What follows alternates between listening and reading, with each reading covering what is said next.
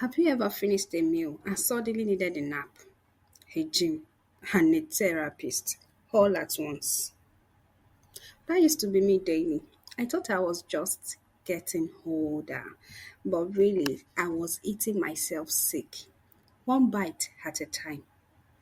Like most people, I grew up eating what was normal: bread and tea every morning, a mountain of rice for lunch, some combo of noodles, fried snacks, and maybe a soda for dinner.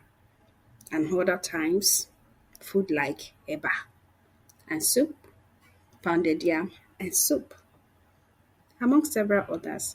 But here is the thing: I was always tired. My stomach was constantly fighting for peace. And don't ask me about my bedroom schedule.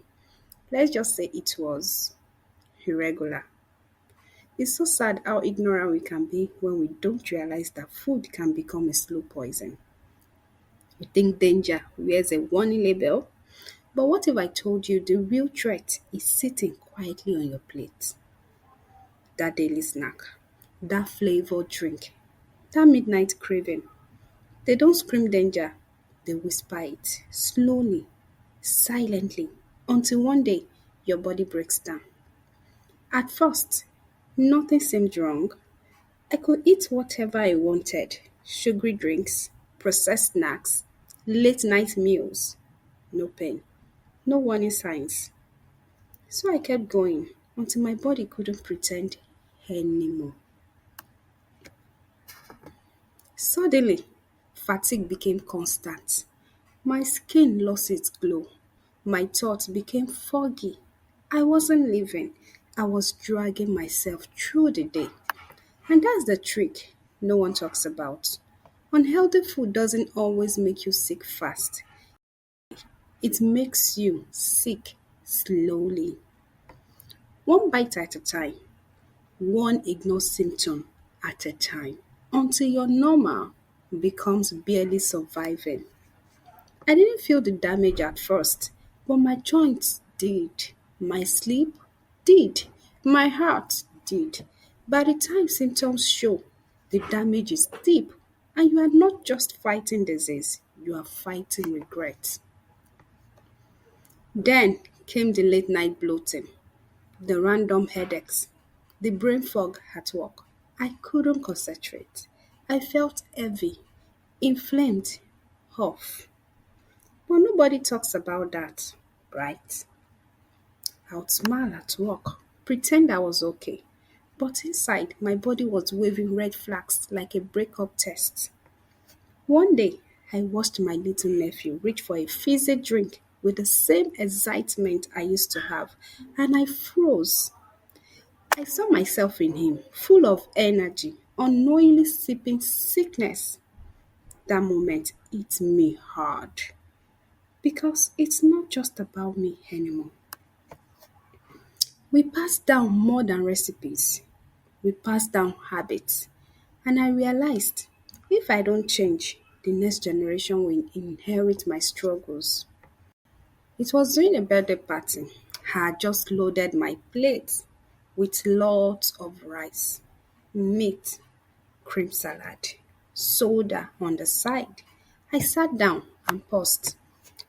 I thought, why am I eating this? Do I even want this? Or am I just trying to fit in? That moment changed everything. No one talks about the guilt, that feeling after you binge on something you knew you shouldn't have. And suddenly you hate your reflection. I wasn't just dealing with stomach aches, I was battling shame. And the worst part, I kept quiet because everyone else was doing it too. At first, cooking real food felt like punishment. But over time, it became therapy. I found joy in simple things like cutting fresh ginger, squeezing lemon into water, watching onions, sizzle in real oil.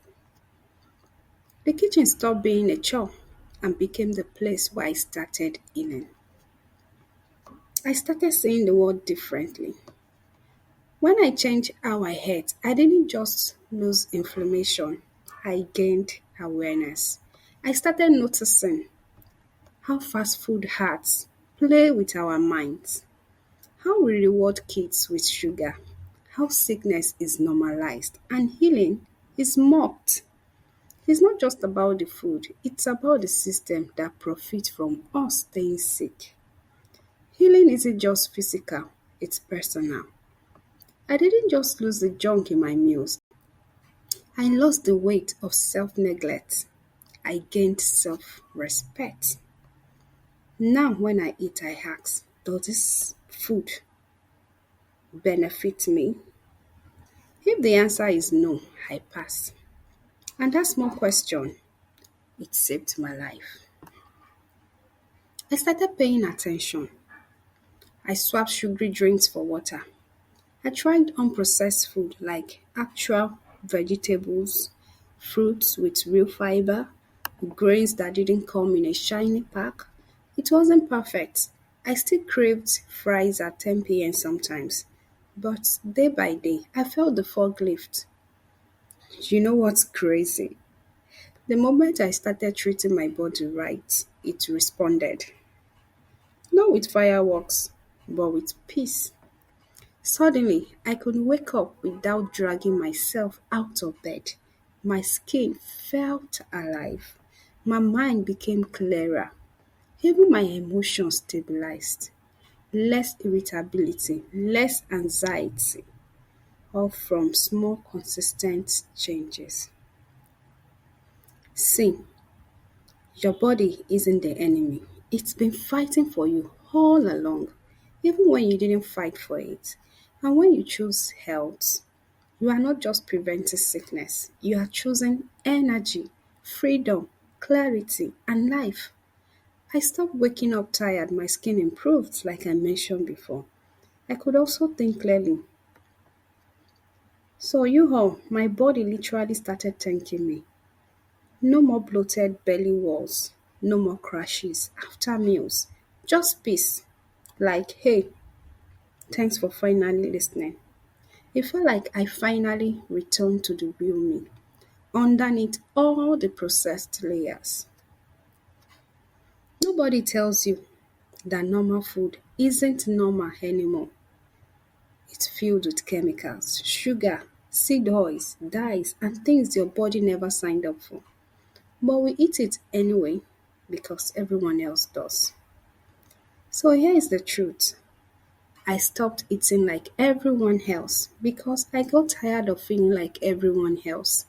Tired, sick, disconnected. Your body is not overreacting.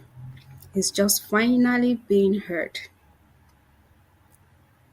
So let me give you this last tip before I go.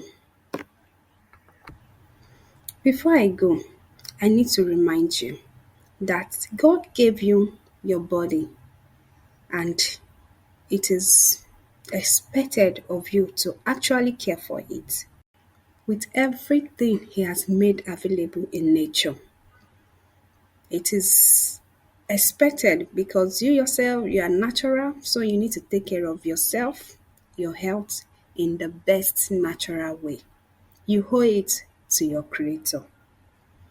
So if you've ever felt like your food is slowly stealing your energy, joy, or even your identity, you are not alone. Start small, listen to your body, choose food that loves you back because healing starts with what's on your plate and what you are willing to let go. Like this video if your belly has ever betrayed you. Comment, I am done with processed. If you are on this journey too.